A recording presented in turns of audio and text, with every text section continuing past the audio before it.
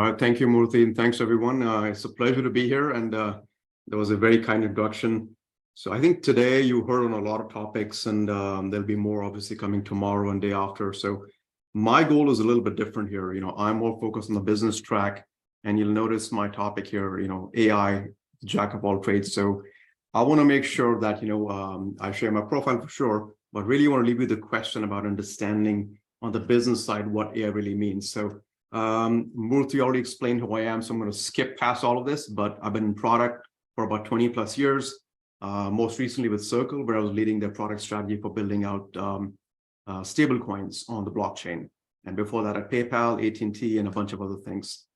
So if I was to leave you with one thought from my talk, it's really going to be this on the business side that, as a product leader, as a business leader, as somebody who's dealing with AI in your work, try to tie technology, in this case AI, to actual use cases that are really driving the ROI, but also making a dent in the utility in the lives of the customers that you intend to serve. It's very easy to get enamored by technology and lose sight of what you're really trying to solve for.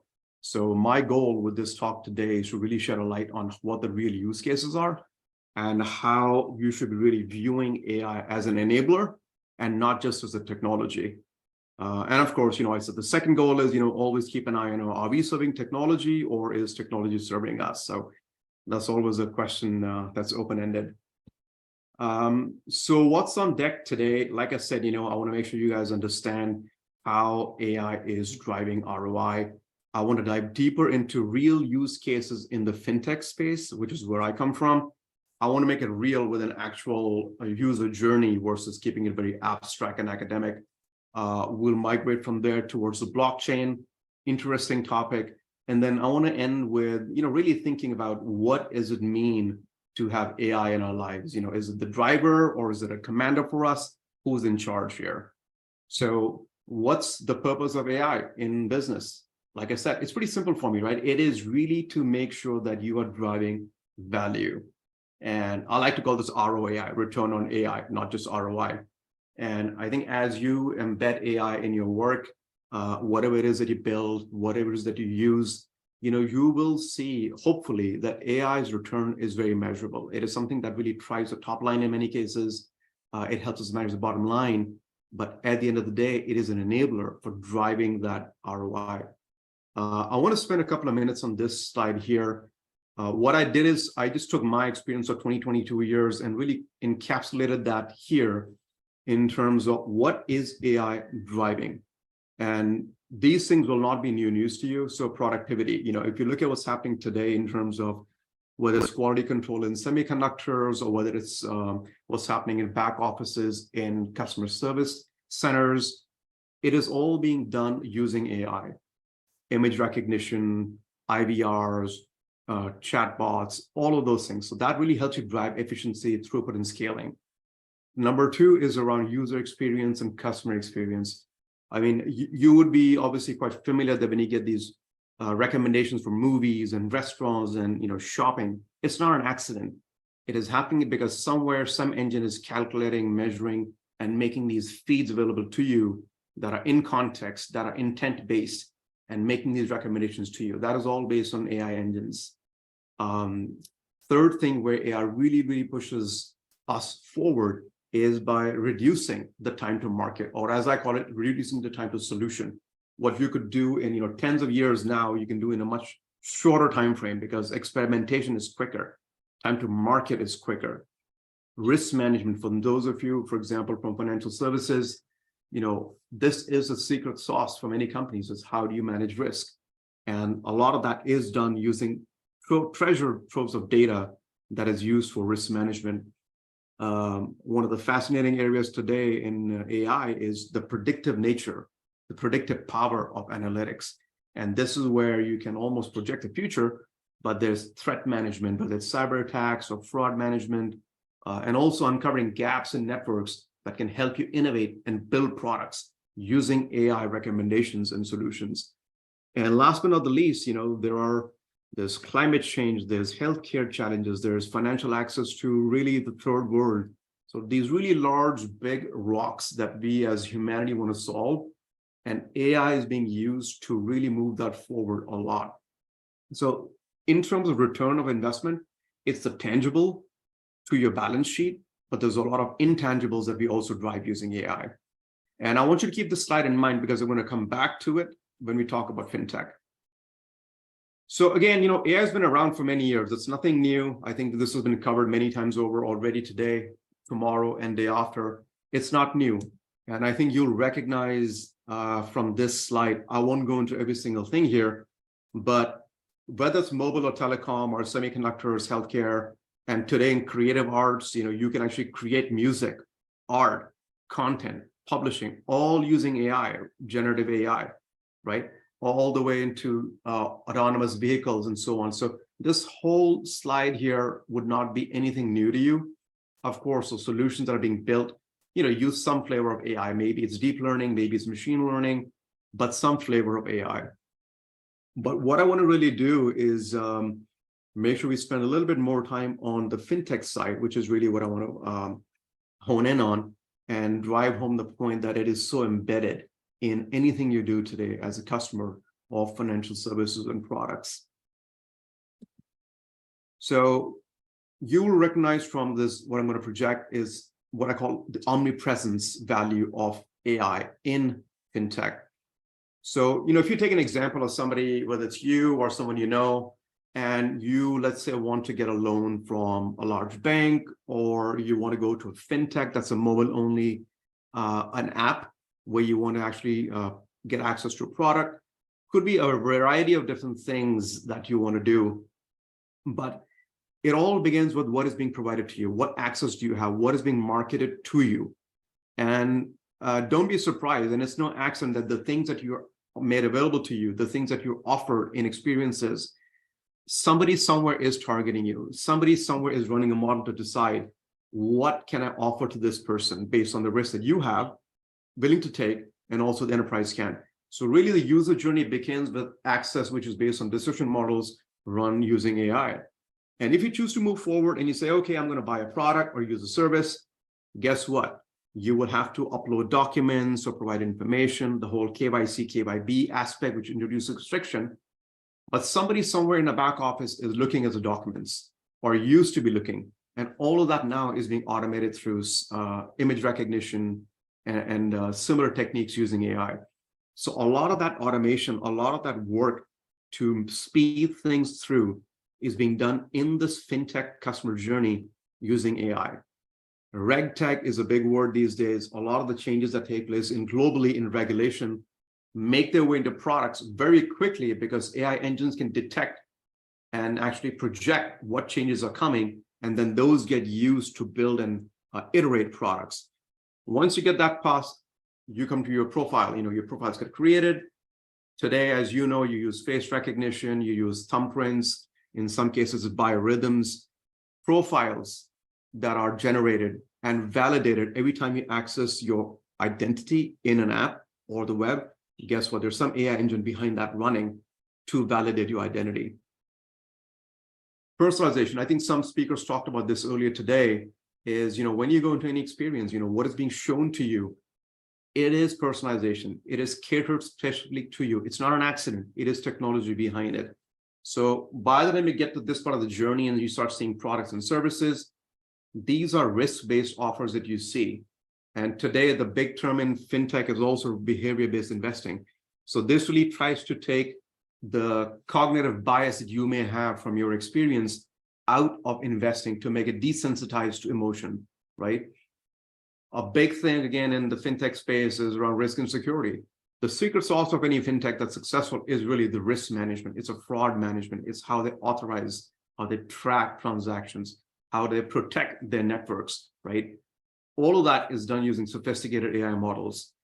And I mentioned this earlier, but somewhere, somehow, in the back offices, when you're talking to somebody in an app on the web, there could be a robo-advisor or chatbot or some kind of conversational AI that is really using natural language processing and so on to make your experience seamless, better, and almost human-like.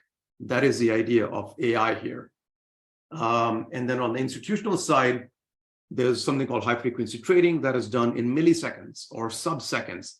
And all of that compute is done using AI to transact and run stock trading transactions in sub-milliseconds. So if you take a look at this entire journey of a customer in the fintech space, at every single point, AI does get embedded. So if you recall what I said earlier about, what is the value of AI, right? Or what is the return on investment, return on AI? It is these things we just talked about earlier. So if you overlay this onto the journey, guess what? In every step of the journey that you see, some ROI aspect is applicable. And you'll notice something interesting here, right?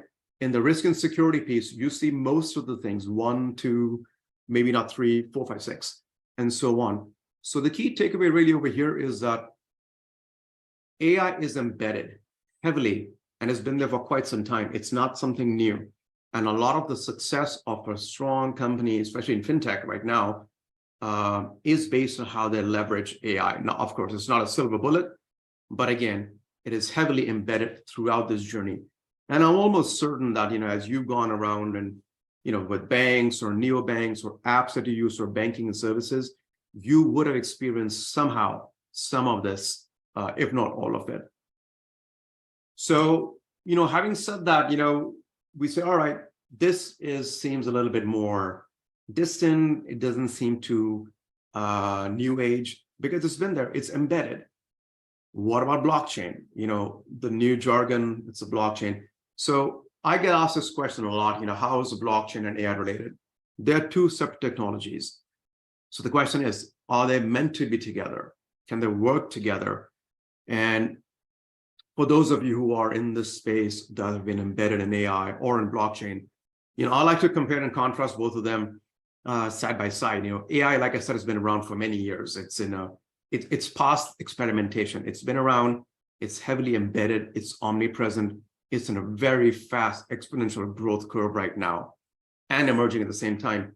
But the things that come to mind when you talk about blockchain is it's an experimentation. There's still use cases being evolved. There are people who are adopting it, but not just quite there just yet. It is still an emerging technology versus something that's really prevalent across industries, across geographies. So two different things, can they coexist? What does that look like, right? So, in my opinion, these two things come together quite well. The attributes that are applicable to this combination can really unlock a lot more value than AI would have done on its own or blockchain would have done on its own. So we talk about explainable AI. Can I really backtrack and see the models that they were built? Can I really understand the data set that was used?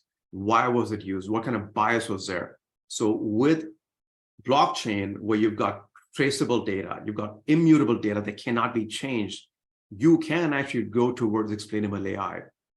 There's so much data being held on the blockchain. You want to make sure that is being cryptographically protected using cryptographic proofs. AI, blockchain are very, very resource intensive technologies. Is there an opportunity to actually combine those resources, whether it's compute, processing, hardware, what have you, and make sure there's more optimization of how this is done together, perhaps in a more climate-friendly manner? So there's an opportunity for that. And another key area is that, we keep hearing about hacks in the blockchain because the smart contracts are maybe not as smart, if you will. What if you could use AI to secure those vulnerabilities? So these things are happening as we speak. And I find all of this fascinating. And this is where AI, which brings this ability to really project the future and also come up with the recommendations applicable to the blockchain, which is a ledger that's holding the data. So let's make this real. This sounds a lot more academic, but if you really think about it, so where is the promise of all of this? What is happening with fintech or Web3 or in, the whole blockchain tech space? And, as a product person, as a guy who's run business lines for different companies, to me, it's really important that you focus on what's on the right side of the screen here. What is the promise for the consumer and business, right? Now, in case of fintech, I'm sure you've heard all of this, that, let's democratize financial access. And this is really where blockchain and AI can really, really work together. So again, the characteristics of blockchain, right? Immutable data, it can be changed. It's validated, right? It's transparent. There is disintermediation. There are no intermediaries involved. You're cutting out the middlemen. And the number of blockchains is growing every single day. The amount of data being housed and hosted in blockchains is not megabytes or gigabytes, it's terabytes and petabytes and beyond. When you have all that data, what do you need to process, compute, analyze, recommend? You need AI firepower. And this is where the marriage of blockchain and AI really, really comes in handy to realize our promise of fintech. And I picked out a couple of use cases. Some of these may be a little familiar to you, maybe not. But what's happening in DeFi or decentralized finance is essentially taking out the middleman and making sure that people who need access to financial services and those who actually have the ability to provide those services are brought together using smart contracts, using protocols for borrowing capital, for lending capital, to make investments, to make a return for P2P. So there are many protocols today that enable this. And this promise of connecting people together without intermediaries has immense power, because you're really dislodging legacy financial structures. Think about a small mom and pop store or some businesses in the third world that don't have access to capital, or even here in the US, there's businesses that get left out. With the blockchain, you can bring all that together while AI is computing the risks and returns of those promises. Similarly, Web3 is a term you'll hear a lot. Web3 is really the iteration of going from what we used to know as the internet back in the day to what we know today, which is Web2, and is moving towards Web3, where there's a lot more autonomy, a lot more privacy, a lot more content control that you have. And you are almost tokenizing a lot of the assets. So NFTs, so you can actually authenticate and hold that information and say, yes, this asset, whether it's a picture, music, real estate, any kind of an asset, can be tokenized, and that identity and proof can be held onto the blockchain. So think about that power, right? You can actually enable commerce and marketplaces where you can actually identify, oh, if I'm buying this kind of a product or this entity or this asset, I'm convinced that this actually is not a fake. I can verify identity. So you really got to look back and see that, with blockchain and AI, you're enabling marketplaces to be more transparent, faster, cheaper. Innovation obviously is there, but you're taking away the pain points that exist today in a lot of marketplaces, which is, I don't know where this came from. I don't know what the history of manufacturing is. Is this real or not? Is this fake or not? So you can combine the powers of blockchain and AI to really sort through all of those. And these things are beginning to take shape and place today. So this is not really fiction anymore. This is happening as we speak. There are actually companies and individuals who are buying real estate worth hundreds of thousands of dollars in a digital format using blockchain and AI. And last but not the least, one of the big things around financial services is really the transparency. It's about, can I audit what's going on? Can I trace how transactions took place for AML fraud reasons? Can I implement changes quickly as regulations change worldwide? I don't want to wait too long, but I want to make changes in my product right away, so I'm not non-compliant. So all of those things are possible to do because AI has a predictive power and can provide recommendations on what needs to happen while you're making changes to your product on the fly. So net of this is really that, a lot of this has to be seen how it plays out in the future. This is obviously going to take shape over the next, couple of years. But from a companion standpoint, I believe that bringing these two technologies together holds a lot of promise. So the big question is, can we really bank on this thing? Can we really assume that AI is, like I always say, is it our co-pilot? Is it going to be our helper, enabler? Or is this something that is going to really take over? It's going to be the commander of the ship. I'll be relinquishing control completely to this technology, which is still evolving, right? So you got to understand one thing, that if I give you a hammer and that's all you see, everything looks like a nail. And today, a lot of folks out there are trying to solve a lot of problems without really thinking about what this actual problem is before you implement the solution. So AI is in the same space right now. There are some pitfalls. A lot of you will hear about these things about bias, the quality of data. What you put into the AI engine is going to determine the quality out of it. There's been examples of this, right? There's credit that was offered to a certain segment of the population, but the model was built on zip codes. And obviously, if you do that, you're going to leave certain zip codes and people behind because the model is built on erroneous data. Quality of data is a big thing. Amazon had a big issue a couple of years ago where they were using AI for hiring, but the model was built on 10-year-old data when only men, or mostly men, were applying for those kinds of jobs. So a lot of women were being left out from hiring decisions. So there were pitfalls in the data itself. Target a couple of years ago started monitoring the data and realized that they can actually track teenage pregnancy and could inform the parents. Now, that is significant invasion of privacy. What they wanted to do was to get out of the game, build a relationship with to-be moms, but they were really invading privacy. So you got to understand that, there are things about AI that are not perfect. Who's liable? Who's governing it? Can I get the consumer trust? So while you may be embedding all of these things into your products and solutions, as a business leader, as a product leader, you need to use AI as a co-pilot, not as a commander-in-chief to make those decisions, right? So it's really important that as you move forward, you understand where to draw the line and make those decisions, but obviously use AI to the best of your ability to build the best products. I obviously had to do some ChatGPT work. I'm not going to go through this here in detail, but, I asked a very simple question, what are some of the key problems that AI cannot solve? And I talked about some of these things. AI does not today understand emotion. It can't make ethical judgments. AI can hallucinate and it can create situations that don't exist. There's no common sense reasoning. So again, how we use AI is up to us. Just like anything else, can we use it as a tool for benefits, or does it become weaponized to do things that are not really appropriate? So as you move forward in your own product, business, technical decision-making, these are some of the things just to keep in mind.